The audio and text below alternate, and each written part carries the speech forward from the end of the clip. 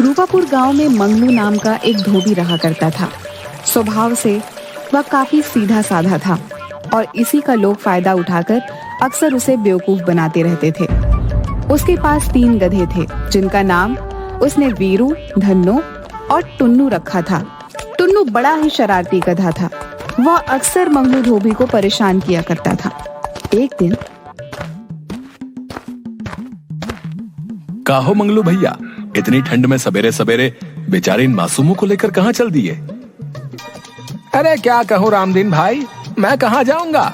आज तक तो रूपापुर से बाहर नहीं गया हूँ। वही मियाँ की दौड़ मस्जिद तक, नदी किनारे जा रहा हूँ। आज बहुत कपड़े हैं धोने के लिए।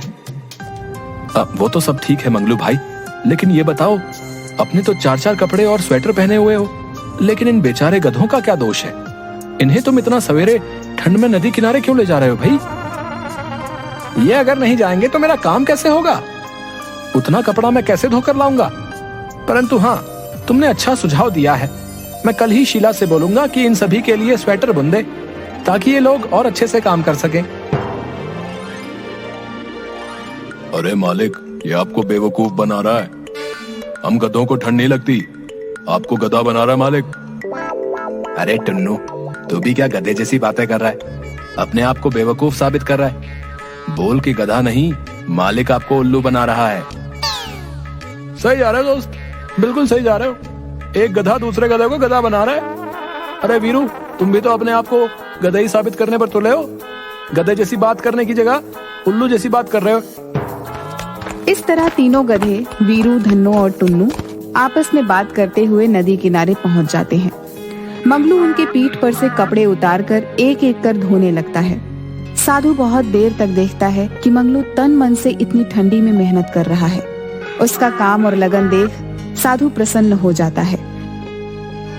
इतनी सुबह सुबह जब लोग इस ठंड में घर में कंबलों में दुबके पड़े हैं, तुम यहाँ नदी किनारे पानी में कपड़े धो रहे हो। क्या तुम्हें ठंड नहीं लगती?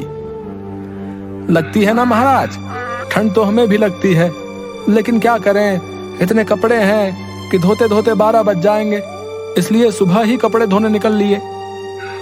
तुम्हारी अपने काम के प्रति मेहनत और लगन देखकर मैं बहुत प्रसन्न हुआ। तुम कोई भी एक वरदान मांगो, तुम्हारी वो इच्छा मैं पूरी करूंगा। महाराज, मुझे लोग कहते हैं कि मैं बेवकूफ हूँ। अगर मैं आपसे वर मांग लिया तो मेरी पत्नी नाराज हो जाएगी, इसलिए मैं पत्नी से पूछकर ही वर मांगूंगा। ठीक है, तुम्हारा ये वरदान मुझ पर उधार रहा। तुम जब चाहो मुझे याद करके मुझसे वरदान मांग सकते हो। इतना कहकर साधु वहां से चला गया। मंगलू धोबी अपने काम में लग गया। सारे कपड़े धोने के बाद मंगलू अपने तीनों गधों के पीठ पर कपड़ा लादकर अपने घर पहुंच जाता है। शीला, अरे ओ शीला, अरे कहाँ गई? लो, मैं सारा कपड़ा धोकर ले आया हूँ, इसे मैदान में फैला कर सुखा दो। हाँ हाँ आई। दिन रात गधे जैसा खटते रहती हूँ, फिर भी मन लायक खाना तक नसीब नहीं होता। ऊपर से तुम्हारे जैसा बेवकूफ पति भगवान ने दे दिया है। देखा धन्नो, मालकिन हम लोगों की बड़ाई कर रही है। बोल रही है कि गधा जैसा खटती है, यानी हम लोग बहुत काम करते हैं। हाँ, कभी कभी भुलाए हुए गधे जैसा मार भी पड़ता है। गधे जैसा खटने से याद आया, रामदीन भाई कह रहे थे कि इन तीनों को ठंड में स्वेटर बनवा देने के लिए। बेचारे कितने खटते हैं। मैं ऊन ला दिया हूँ, तुम इनके लिए स्वेटर बुन दो। हे भगवान, मैं आपका क्या बिगाड़ी थी जो इतना बेवकूफ पति मुझे ही दे दिए। आज तक किसी गधे को तुमने स्वेटर पहने देखा है? ओ तरीके, मुझे तो ये ध्यान में ही नहीं आया। दुकानदार मुझे बोल ही रहा था कि ऊन तो ले जा रहे हो इन गधों के लिए, लेकिन मैं वापस नहीं करूंगा, सोच समझ कर लो। मैं तो उसी समय मालिक से बोल रहा था मालकिन कि रामदीन आपको बेवकूफ बना रहा है, लेकिन मालिक हम गधों की भाषा समझ ही नहीं पाते। ऊपर से ढेंचू ढेंचू करने पर मुझे 2 डंडे भी मार दिए। अबे टुन्नू, ज्यादा मत बोल, हम गधों की भाषा मालकिन भी नहीं समझती। ज्यादा ढेंचू ढेंचू मत कर, नहीं तो मालकिन अभी सनकी हुई है। सारी कसर तुम्हीं पर उतार देंगी। अरे इस पर गुस्सा उतारे तब तो ठीक ही है, लेकिन इसके चलते हम बेकसूर भी मारे जाएंगे। सब खड़े खड़े मुंह क्या देख रहे हो? जल्दी जाओ और दुकानदार से ऊन वापस कर पैसे लेकर आओ। अगर तुम आज पैसे लेकर नहीं आए तो तुम्हारी खैर नहीं। मंगलू धोबी उल्टे पैर वापस बाजार जाता है। भैया ये ऊन वापस कर दो और मुझे मेरे पैसे लौटा दो। गधों को ठंड थोड़े लगती है। देखो भैया, मैं तुमसे पहले ही कह रहा था कि सोच समझ के ऊन लो, ये वापस नहीं होगा। लेकिन तुमने माना नहीं और बोले कि हमें ऊन दे दो, इसलिए अब मैं इसे नहीं लौटाऊंगा।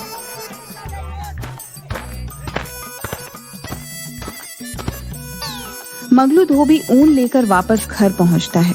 उसके हाथ में ऊन देखकर शीला का गुस्सा 7वें आसमान पर पहुंचता है। वह मंगलू धोबी को खूब खरी खोटी सुनाती है।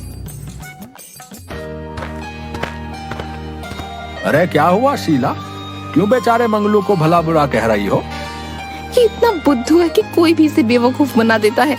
रामदीन भैया के कहने पर गधों के लिए इतना सारा ऊन ले आया और स्वेटर बुनने को बोल रहा है। वैसे 4 गधों के लिए ऊन थोड़ा कम है। पर हमारे पास तो 3 ही गधे हैं। अच्छा, गांव के सभी लोग इसको गधा बनाते हैं और तू अभी भी इसे आदमी ही मान रही है। ठीक है, चलता हूँ। वैसे इस गधे से 3 गधे ज्यादा स्मार्ट हैं।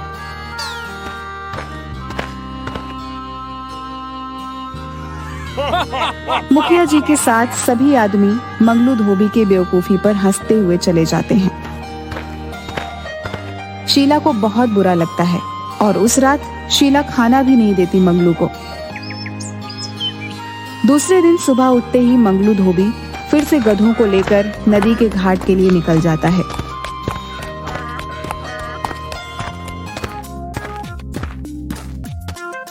क्यों भाई, गधों को स्वेटर नहीं पहनाया है क्या? क्यों सवेरे सवेरे मजाक उड़ा रहे हो भैया? वैसे ही कल तुमने ऊन नहीं लौटाया, इस कारण मुझे रात में खाना तक नसीब नहीं हुआ। ऐसे ही मेरा मन खराब है। इन गधों के चलते मैं हमेशा सबसे सुनता रहता हूँ। देख रहे हो ना वीरू भैया, मालिक अपना दोष हम गधों पर लाद रहे हैं। क्या करोगे टुन्नू, हम गधों की किस्मत में गधों जैसा ही जीना और गधों जैसा ही मरना लिखा है। देखो मंगलू भाई, मैं एक सुझाव दे रहा हूँ, अगर ठीक लगे तो कर लो, नहीं तो इन गधों के जैसे जिंदगी भर जीना पड़ेगा। हाँ भैया बताओ ना, हम भी इस गधे जैसी जिंदगी से तंग आ गए हैं। दिन भर काम करो, शाम को जाकर बीवी से डांट सुनो, बस यही जिंदगी रह गई है। तो सुनो, इन गधों को बेचकर एक बड़ा सा वॉशिंग मशीन ले आओ। उसमें तुम्हें कपड़ों को धोने में मेहनत भी नहीं पड़ेगी और ना ही सुखाने में, बल्कि जो टाइम मिलेगा उसमें तुम दूसरे काम भी कर सकते हो। कब तक बेवकूफ बने रहोगे? होशियार बनो, होशियार, समझे? बात तो पता है कि कह रहे हो भैया। मैं आज ही इन्हें बेचकर शहर से वॉशिंग मशीन लेकर आता हूँ। वैसे भी काम करते करते अब मैं थक चुका हूँ। वीरू भैया, कह दो इनसे हमें बेचने की कोशिश ना करें। मैं दुलत्ती उलत्ती मार दूंगा तो फिर ना कहना। अरे अरे अरे, गुस्सा नहीं करते टुन्नू भाई। अब मालिक जो चाहे वो कर सकता है। हो सकता है हम लोगों को इससे भी अच्छा मालिक मिले। अब ये तो उनकी मर्जी है। हम लोग तो गुलाम हैं। यहाँ भी काम करना है और वहां भी काम करना है। इतना गुस्सा अच्छा नहीं। बात तो तुम ठीक कह रहे हो वीरू भैया, लेकिन हमें चिंता इस बात की है कि हमारे मालिक बेवकूफ हैं, जल्दी दूसरों की बातों में आ जाते हैं, आगे पीछे सोचते नहीं। अगर वॉशिंग मशीन लेंगे तो गांव में बिजली है तो नहीं, फिर उसे चलाएंगे कैसे? मंगलू धोबी बिना सोचे समझे यह सोच कर कि दुकानदार की बातों में दम है, अब हम भी मॉडर्न धोबी बन जाएंगे और कम समय में बिना ज्यादा मेहनत के ज्यादा से ज्यादा पैसा कमाएंगे। यही सोचकर मंगलू धोबी अपने गधों को एक धोबी को बेचकर उन पैसों से शहर से बड़ा सा वॉशिंग मशीन लेकर सीधा अपने घर चला आता है। घर पहुंचते ही उस बड़े सी वॉशिंग मशीन को देखने के लिए पूरा गांव मंगलू धोबी के घर पर उमड़ पड़ता है। मंगलू धोबी अपने बेटे बबलू को पैसे देकर हलवाई की दुकान से लड्डू मंगवाता है और सारे गांव वालों को बांटता है। अरे वाह मंगलू, तुमने तो कमाल कर दिया भाई। हमारे गांव में पहली वॉशिंग मशीन है जिसे तुम खुद खरीद कर लाए हो। अब हम लोग भी शान से कहेंगे कि हमारी धोबी हमें मशीन में कपड़े धोकर और सुखा कर देता है। मंगलू धोबी ने हमारे गांव का नाम रोशन कर दिया। अगल बगल 200 गांव में किसी के पास वॉशिंग मशीन नहीं है। ये हमारे गांव की उपलब्धि है, उपलब्धि। अतः हम सब मुखिया जी से आग्रह करते हैं कि मंगलू धोबी को एक शॉल गिफ्ट कर उसे सम्मानित किया जाए। मुखिया जी दुकानदार से एक शॉल मंगवाकर मंगलू धोबी को सम्मानित भी करते हैं। मंगलू धोबी सहित उसके परिवार का सीना चौड़ा हो गया था, क्योंकि आज पूरा गांव उसकी जय जयकार कर रहा था। मंगलू धोबी एक लंबा चौड़ा भाषण दे डालता है। आदरणीय मुखिया जी, गांव के सम्मानित लोग और हमारे गांव के साथियों, जैसा कि आप लोग जानते हैं कि जीवन भर मुझे बेवकूफ धोबी के नाम से नवाजा गया, लेकिन आज वही लोग मुखिया जी सहित हमारी सोच को सलाम करते हुए हमारी जय जयकार कर रहे हैं। अंत में मैं गांववासियों से यही कहना चाहूंगा कि कोशिश करते रहने से हमारे जैसे बुद्धू बेवकूफ आदमी भी अपनी सोच की बदौलत गांव की शान बन सकते हैं। आप लोग भी गांव को आगे बढ़ाने के लिए हमारी जैसी सोच पर अमल कर गांव को तरक्की के रास्ते पर आगे बढ़ाएं। जय रूपापुर की जनता। भाई वाह, हमें आज तक नहीं मालूम था कि अपना बेवकूफ समझे जाने वाला मंगलू धोबी इतनी सरलता से सटीक भाषण दे सकता है। गांव के युवाओं को मंगलू धोबी से इंस्पायर होने की जरूरत है भाई। एक बार फिर से मंगलू धोबी को गांव के लिए उपलब्धि पर तहे दिल से शुक्रिया। भाइयों एवं बहनों, अब मुखिया जी वॉशिंग मशीन का स्विच दबाकर उद्घाटन करेंगे। कृपया आप लोग जोरदार तालियों से मंगलू धोबी की इस उपलब्धि का स्वागत करें। ला भाई, एक नारियल पहले फोड़ दो, उसके बाद स्विच ऑन कर वॉशिंग मशीन चलाएंगे। 1 मिनट रुक जाइए मुखिया जी, हम सब वॉशिंग मशीन गांव में आने की खुशी में ये भूल गए कि हमारे गांव में तो बिजली अभी आई ही नहीं है, तो फिर वॉशिंग मशीन चलेगी कैसे?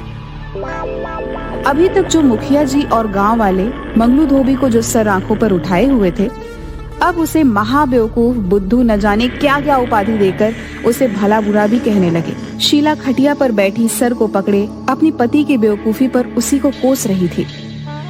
भाई, गधा जब घोड़ा बनने की कोशिश करता है तब ऐसे ही सब लोगों के ताने सुनने पड़ते हैं, समझे? मंगलू भाई, एक सुझाव और मान लो, गांव में बिजली ला दो। मंगलू भाई, संभल कर, ये मजाक कर रहा है। क्या हुआ शीला, तुम सर पकड़कर क्यों बैठी हो?